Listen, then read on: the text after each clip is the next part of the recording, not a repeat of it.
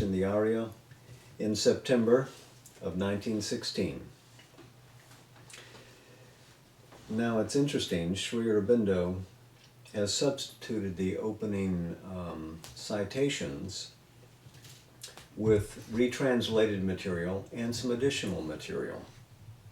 What originally stood in the Arya read in this way: "The Lord of the wine of immortality is like a brilliant mortal making pure and luminous the body.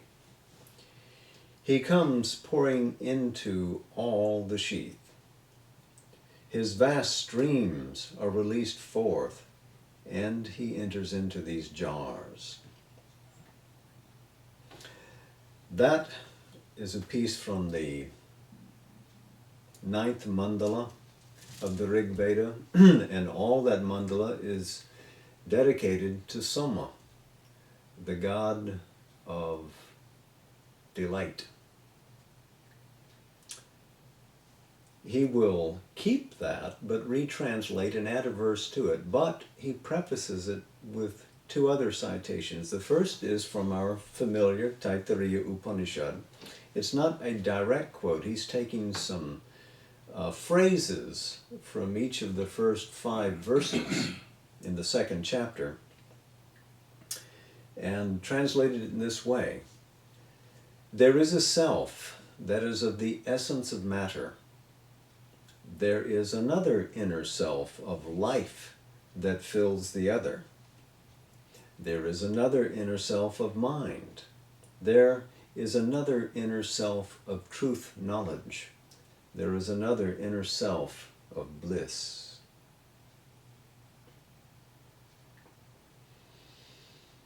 And then he goes to the first mandala of the Rig Veda. And this is a hymn to Indra. "They climb Indra like a ladder.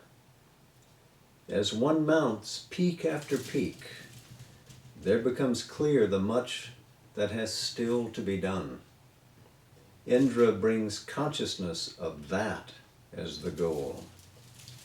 Consciousness could be translated here also as rain in English, but to Sri Aurobindo, rain is a manifestation of consciousness.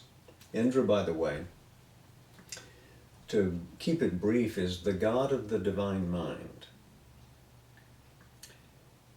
One has to reach the divine mind to go beyond it. Indra is conscious of that, tad, as his will is to be done. Now, we come to the citation from the 9th mandala, and this, of course, is a hymn dedicated to Soma. "Like a hawk, a kite, he settles on the vessel and upbears it. In his stream of movement he discovers the rays, for he goes bearing his weapons. He cleaves to the ocean surge of the waters. A great king, he declares the 4th status, Turiya Dhamma. Like a mortal purifying his body, like a war horse galloping to the conquest of riches, he pours, calling through all the sheath, and enters these vessels."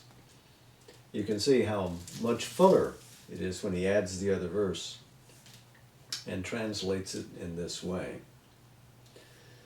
So many images come in here. Like a hawk, well, the nature of the soul is to soar. He cleaves to the ocean surge of the waters. Also, our spirit is oceanic. A great king, in other words, sovereign, ruler, not subject, but sovereign. And he declares the 4th status. Now, to Sri Aurobindo, that 4th status obviously is that linking world of the supermind, because above there is the divine trinity of Sat Chit Ananda, and what we experience here below is the lower trinity, matter, life, mind. The great king, of course, stands there, connecting the two worlds, the higher and the lower, and that fourth status. Like a mortal purifying his body. Aha, we're back to the earth principle. Like a war horse galloping to the conquest of riches. And what is the war horse? But the power of life, properly directed, given the opportunity to go with great force, which it loves to do, but according to the will of the divine who commands from above. He goes there, calling through all the sheath, and enters these vessels. Who enters the vessels? The soma, the delight, which stands as the burgeoning bliss that gives movement to all of this. To the soaring soul, to the surging ocean of the spirit, to the king who stands surveying all, sovereign. All of this is the manifestation of bliss. But it must have form. It must take shape. So now he begins to connect the various chapters that have led to this 26th so that we can look at them in order. See what it is they mean to suggest. We'll get halfway through the chapter tonight and finish the rest next week. First paragraph. If we consider what it is that most represents to us the materiality of matter, we shall see that it is its aspects of solidity, tangibility, increasing resistance, firm response to the touch of sense. Substance seems more truly material and real in proportion as it presents to us a solid resistance, and by virtue of that resistance, a durability of sensible form on which our consciousness can dwell. In proportion as it is more subtle, less densely resistant, and enduringly seizable by the sense, it appears to us less material. Put simply, the character of matter, then, is its tangibility. Tangible, from tangere, the Latin for touchable. We can touch matter, we can touch its forms, and because it resists, we can feel it. If it didn't resist, we'd go right through it. So it has densified itself in a way that our sense can appreciate, can grasp, can work with. This attitude of our ordinary consciousness towards matter is a symbol of the essential object for which matter has been created. Substance passes into the material status in order that it may present to the consciousness, which has to deal with it, durable, firmly seizable images on which the mind can rest and base its operations, and which the life can handle with at least a relative surety of permanence in the form upon which it works. So it gives us a durable, touchable form. Therefore, in the ancient Vedic formula, earth, Prithvi, type of the more solid states of substance, was accepted as the symbolic name of the material principle. So matter is earth. Therefore, too, touch or contact is for us the essential basis of sense. So connecting the principle of earth, the goddess of the earth, with the founding sense of touch. That comes first. All other physical senses, taste, smell, hearing, sight, are based upon a series of more and more subtle and indirect contacts between the percipient and the perceived. Well, you can just see that. So touch, you have to be right next to it, right? And then comes taste. And then smell, a little more distant. And then hearing, it can be quite distant. Sight can be the most distant. So the senses gather information from more and more distant preserves. less and less direct between the percipient, that is to say, the person who perceives, and the perceived, the object that we're attempting to touch, to smell, to taste, to hear, to see. Equally, in the Samkhya classification of the 5 elemental states of substance from ether to earth, we see that their characteristic is a constant progression from the more subtle to the less subtle, so that at the summit we have the subtle vibrations of the ethereal, and at the base the grosser density of the earthly or solid elemental condition, so precipitated downwards from above. But again, he's accepting the Sankhya system of analysis of nature.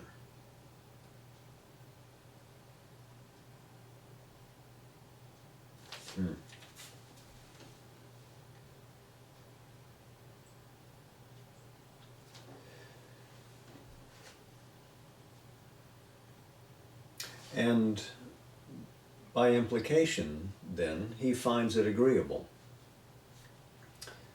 If you remember, it is a relationship between Purusha and Prakriti that establishes the movement of the cosmos in the Sankhya system. Purusha is the conscious being, the true person, who is sheer awareness.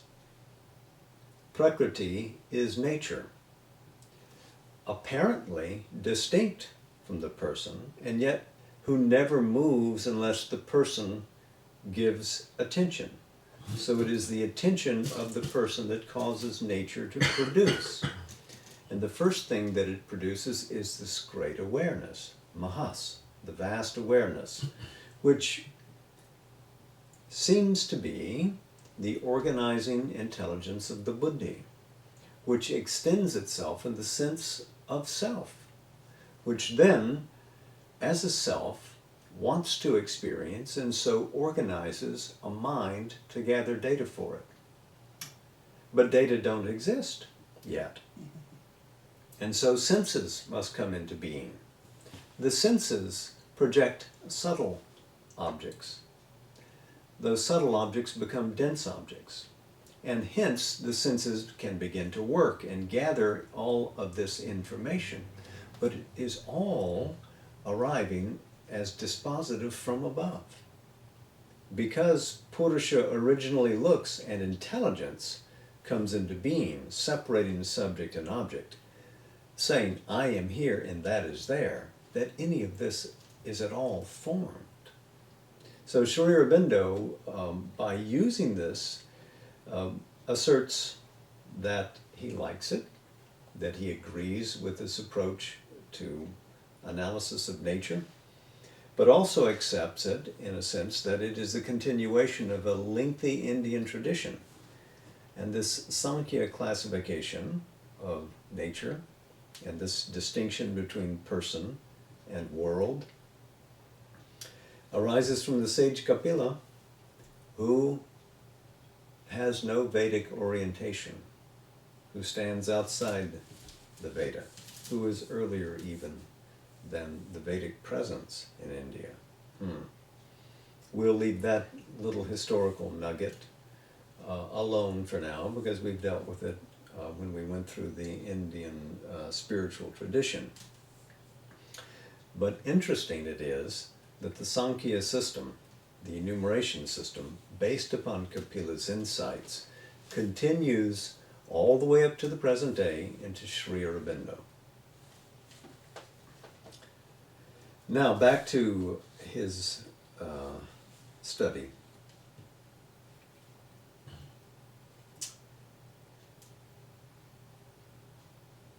Matter, therefore, is the last stage known to us in the progress of pure substance towards a basis of cosmic relation, in which the first word shall be not spirit but form, and form in its utmost possible development of concentration, resistance, durably gross image, mutual impenetrability, the culminating point of distinction, separation, and division. This is the intention and character of the material universe. It is the formula of accomplished divisibility. So things are maximally discrete. They stand apart from each other. Forms so established are mutually impenetrable. In other words, two bodies can't occupy the same space at the same time. These forms, of course, are not absolute. They are relatively durable. For a time, they come into formation and they last. It gives the spirit enough time to do something with them and learn what's going on in the play of the cosmos. Back to Sri Aurobindo. And if there is, as there must be in the nature of things, an ascending series in the scale of substance from matter to spirit, it must be marked by a progressive diminution of these capacities, most characteristic of the physical principle, and a progressive increase of the opposite characteristics, which will lead us to the formula of pure spiritual self-extension. In other words, as we climb from matter back towards spirit, these things which are so characteristic of matter must recede in importance. They must give way and things become more fluid. And if they're self-extensive, they are increasingly penetrable. This is to say that they must be marked by less and less bondage to the form, more and more subtlety and flexibility of substance and force, more and more interfusion, interpenetration, power of assimilation, power of interchange, power of variation, transmutation, unification. So there's a great play. Things can merge into each other. They can separate. They can have association. They can have relationship. They can change each other. One thing can influence another. So as we rise, there is more power for there to be an exchange like that, and not the strenuous resistance of matter, which does not wish to yield its given form. Matter, then, tends to be impenetrable. Spirit tends towards interpenetration, because everything wants to be a unity there. Drawing away from durability of form, we draw towards eternity of essence. Drawing away from our poise in the persistent separation and resistance of physical matter, we draw near to the highest divine poise in the infinity, unity, and indivisibility of spirit. So, between gross substance and pure spirit substance, this must be the fundamental antinomy. In matter, chit, or conscious force, masses itself more and more to resist and stand out against other masses of the same conscious force. In substance of spirit, pure consciousness images itself freely in its sense of itself, with an essential indivisibility and a constant unifying interchange as the basic formula even of the most diversifying play of its own force. Between these two poles, there is the possibility of an infinite gradation. Well, he's not rehearsing here why it is that matter reaches this condition of maximum discretion, you might say. But he's just asserting that there is this continuum of being. This massing, which he describes here, densifies conscious force into discrete clusterings, so to speak. Whereas when we arrive at the spiritual status of things, there is indivisibility. There is oneness of form. Self sees same self in other, which to the material perspective is not of visibility, cannot be seen.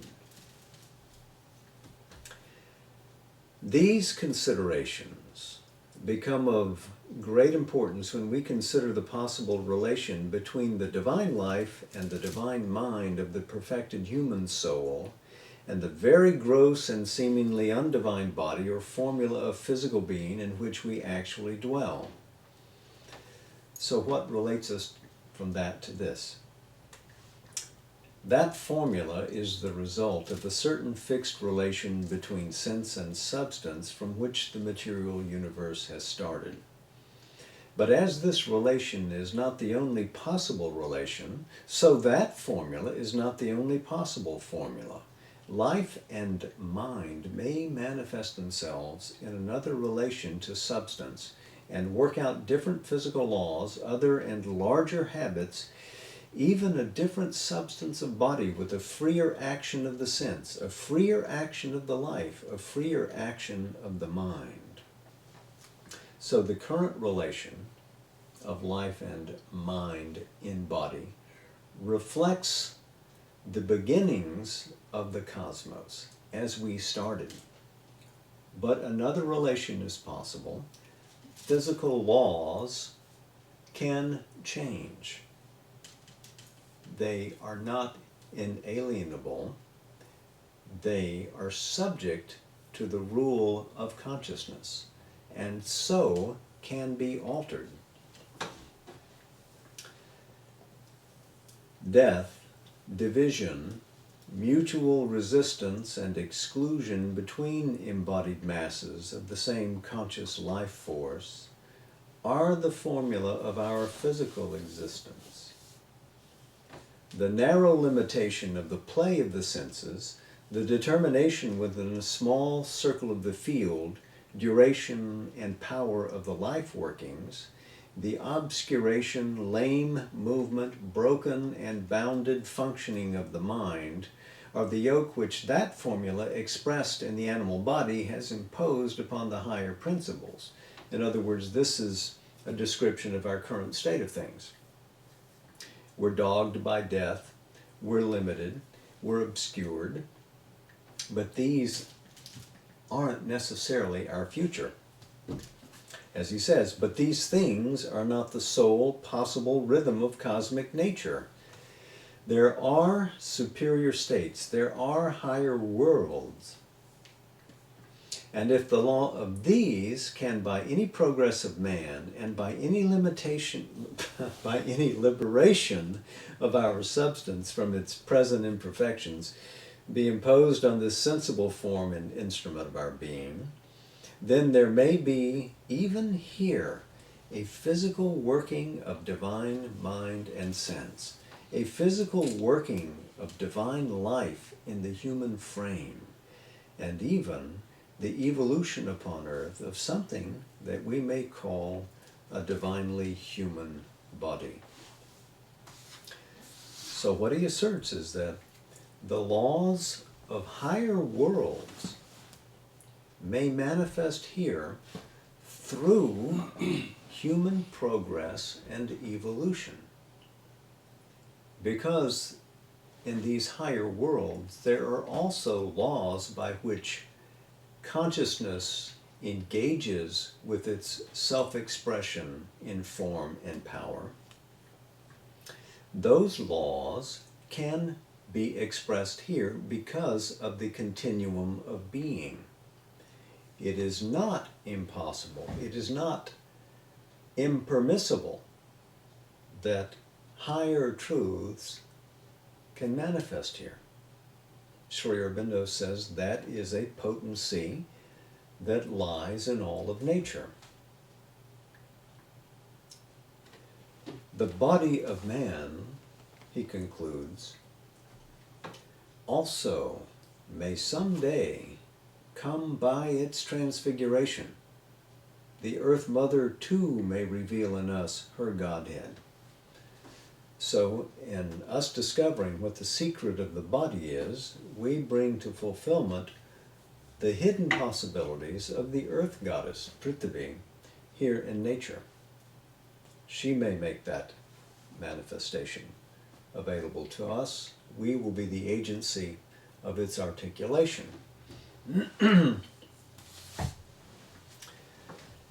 So even within the formula of the physical cosmos, there is an ascending series in the scale of matter which leads us from the more to the less dense, from the less to the more subtle. Where we reach the highest term of that series, the most supra-ethereal subtlety of material substance or formulation of force, what lies beyond?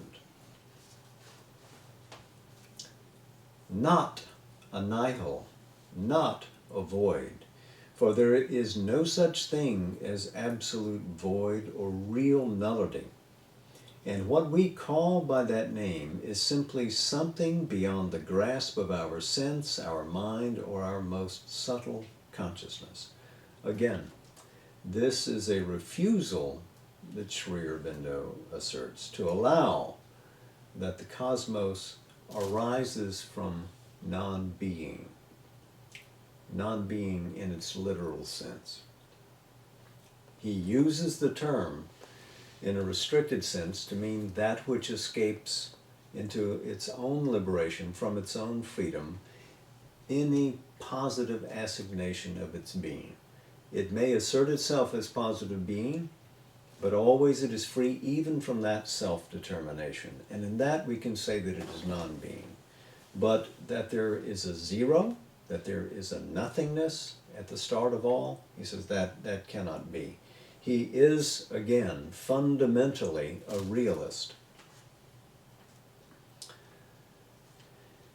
Nor is it true, he writes, that there is nothing beyond, or that some ethereal substance of matter is the eternal beginning.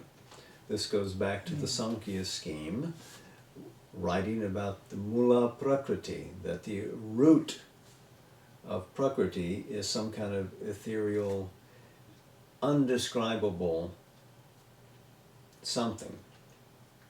He does not accept that. For we know that matter and material force are only a last result of a pure substance and pure force, in which consciousness is luminously self-aware and self-possessing, and not, as in matter, lost to itself in an inconscient sleep and an inert motion. Because above there is this Chit Shakti, this conscious power.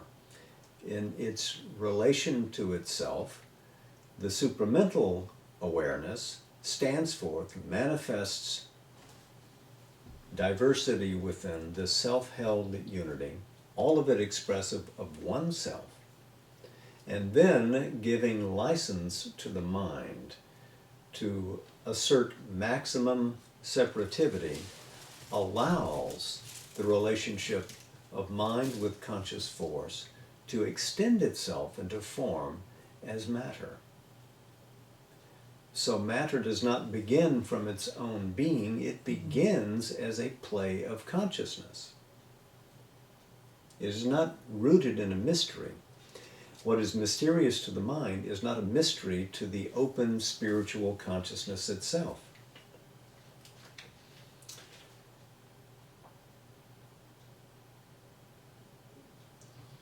What then is there between this material substance and that pure substance? For we do not leap from the one to the other, we do not pass at once from the inconscient to absolute consciousness. There must be, and there are, grades between inconscient substance and utterly self-conscious self-extension, as between the principle of matter and the principle of spirit.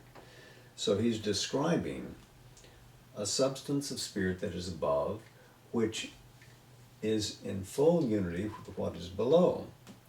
there must be grades, but all these grades are interpenetrating, flow from one to the other, and cannot be absolutely separated any from the other. And so, he comes to it now. All who have at all sounded those abysses are agreed and bear witness to this fact, that there are a series of subtler and subtler formulations of substance which escape from and go beyond the formula of the material universe.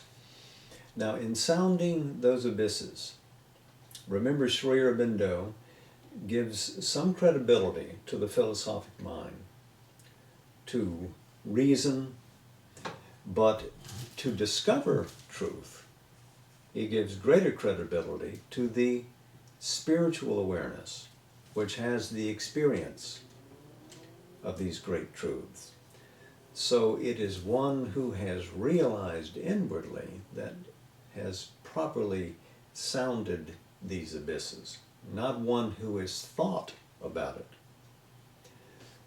One who has realized, then expressing in thought form, puts forth a spiritual philosophy which is grounded upon truth. And so far as words can hold and convey that vision, they have power and meaning. So philosophy, for it to be really valuable, must be based upon spiritual realization. It is the vision of the Rishi which gives one that. And it is to such persons that Sri Aurobindo refers in this sentence. Without going deeply into matters which are too occult and difficult for our present inquiry, we may say, adhering to the system on which we have based ourselves, that these gradations of substance, in one important aspect of their formulation in series, can be seen to correspond to the ascending series of matter, life, mind, supermind, and that other higher divine triplicity of Satchit Ananda. In other words, we find that substance in its ascension bases itself upon each of these principles and makes itself successively a characteristic vehicle for the dominating cosmic self-expression of each in their ascending series. So conscious substance willingly bases itself in each range of being. It is not that it is absent in matter. It has willingly staged itself here, and in life, and in mind, and in supermind, as it has actually in Satchit Ananda.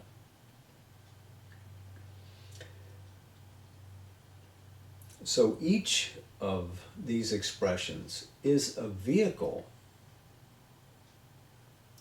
through which being says, I am here.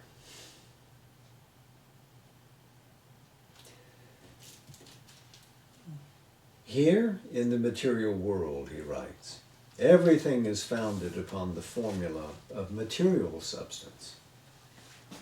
Sense, life, thought found themselves upon what the ancients called the earth power. Start from it, obey its laws, accommodate their workings to this fundamental principle, limit themselves by its possibilities, and if they would develop others, have even in that development to take account of the original formula, its purpose, and its demand upon the divine evolution. The sense works through physical instruments. The life through a physical nerve system and vital organs. The mind has to build its operations upon a corporeal basis and use a material instrumentation, even in its pure mental workings, have to take the data so derived as a field and as the stuff upon which it works.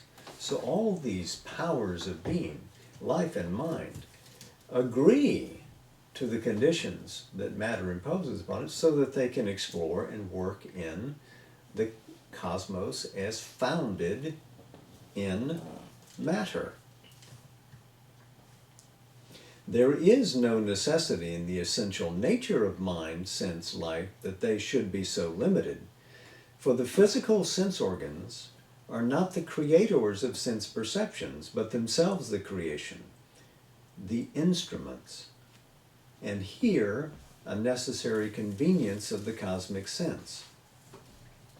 The nervous system and vital organs are not the creators of life's action and reaction, but themselves the creation, the instruments, and here a necessary convenience of the cosmic life force. The brain is not the creator of thought, but itself the creation, the instrument, and here a necessary convenience of the cosmic mind. The necessity, then, is not absolute, but teleological. It is the result of a divine cosmic will in the material universe which intends to posit here a physical relation between sense and its object, establishes here a material formula and law of conscious force, and creates by it physical images of conscious being to serve as the initial, dominating, and determining fact of the world in which we live. So again, Sri Aurobindo has drawn us a picture of how this works from the above to the below. The physical sense organs are not the creators of sense perceptions, but themselves the creation. The senses extend themselves below to the objects. The nervous system and vital organs are not the creators of life's action, but themselves the creation. So life extends itself into the organs of life, just as the senses, subtle senses, have extended themselves into the objects. And the mind has extended itself into the brain, so as to have physical bases, all of them, in the play of matter. Why does it do this? For a reason. The necessity then is not absolute. It's not that these principles have to do it, they do it for a reason. It's teleological. What does teleological mean? Telos, end, purpose. Logos, discourse. So it is, teleology is the doctrine of final causes. It tells us why the divine does this in the universe. So Sri Aurobindo is coming out and telling you very directly that the universe is a direct expression of the divine will. The divine has a reason for doing this, and here it is. It is not a fundamental law of being, but a constructive principle necessitated by the intention of the spirit to evolve in a world of matter. So, the cosmic limits are based on material form, deliberately determined by the Spirit, which wants to evolve in and through matter. It is said, I will establish these limits, I agree to them, I enter into them, and so it shall be, because it wants to rise out of it, as he says, to evolve in a world of matter. Now we'll see that this intention of the evolution is to reach reunification with the spiritual substance above, but it begins from what seems to be maximally divided forms clustered in the material realm. All these forms seem to resist unification, seem to want to stand against connection to others, let alone penetration by others. Whereas the spirit above is a play of identity, even in diversity. So what connects them all is this thrust of the evolutionary power out of matter through life and mind back into conscious spirit to reconnect the worlds, to make those connections at least obvious. Where would they be obvious? In matter itself. in the forms themselves. For that to happen, material laws have to yield their suzerainty to greater laws. The laws of being, which are native to higher planes, must become operative here. This is the sense of what Sri Aurobindo is telling us here. Well, this argument will be made more clear next week as he reaches his conclusion. And then beyond that is the chapter, wonderful chapter called The Sevenfold Chord of Being. As if all the planes of the cosmos played at one time form this sonorous, harmonious chord, which we can all hear.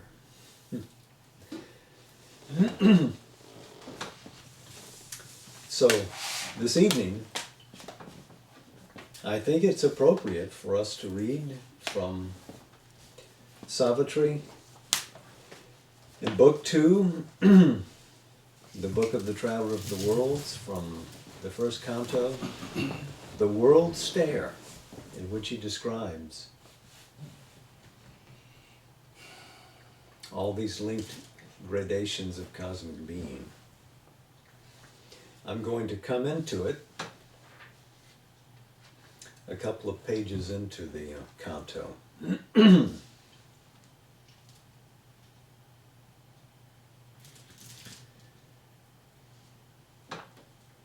Tireless the heart's adventure of delight, endless the kingdoms of the spirit's bliss, unnumbered tones struck from one harmony's strings, each to its wide-winged universal poise, its fathomless feeling of the all-in-one, brought notes of some perfection yet unseen, its single retreat into truth's secrecies, its happy sidelight on the infinite.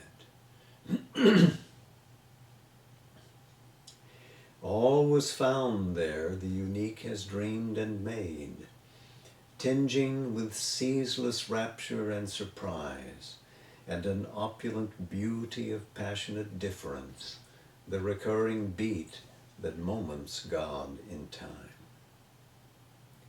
Only was missing the sole timeless word that carries eternity in its lonely sound, the idea, self-luminous key to all ideas, the integer of the Spirit's perfect sum that equates the unequal all to the equal one, the single sign interpreting every sign, the absolute index to the absolute.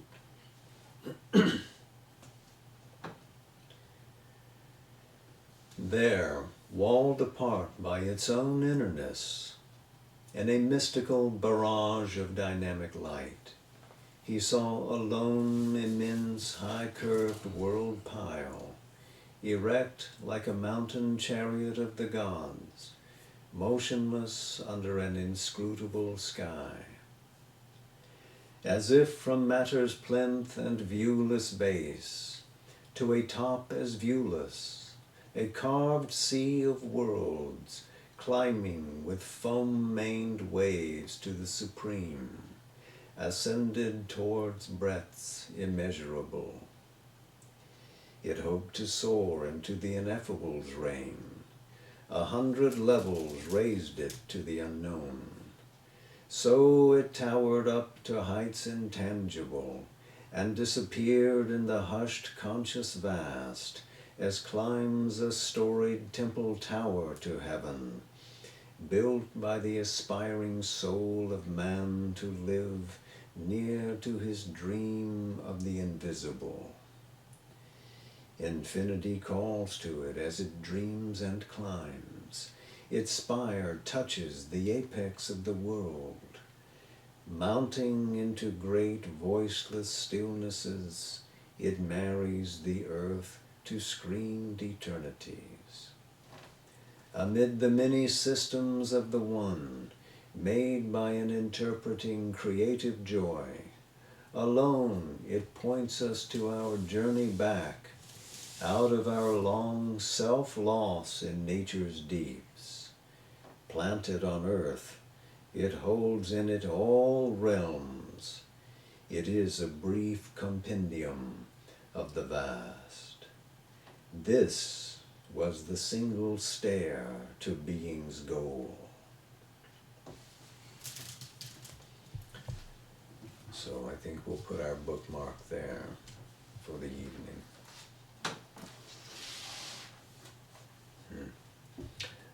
Namaste, Jai Ma, and happy Labor Day.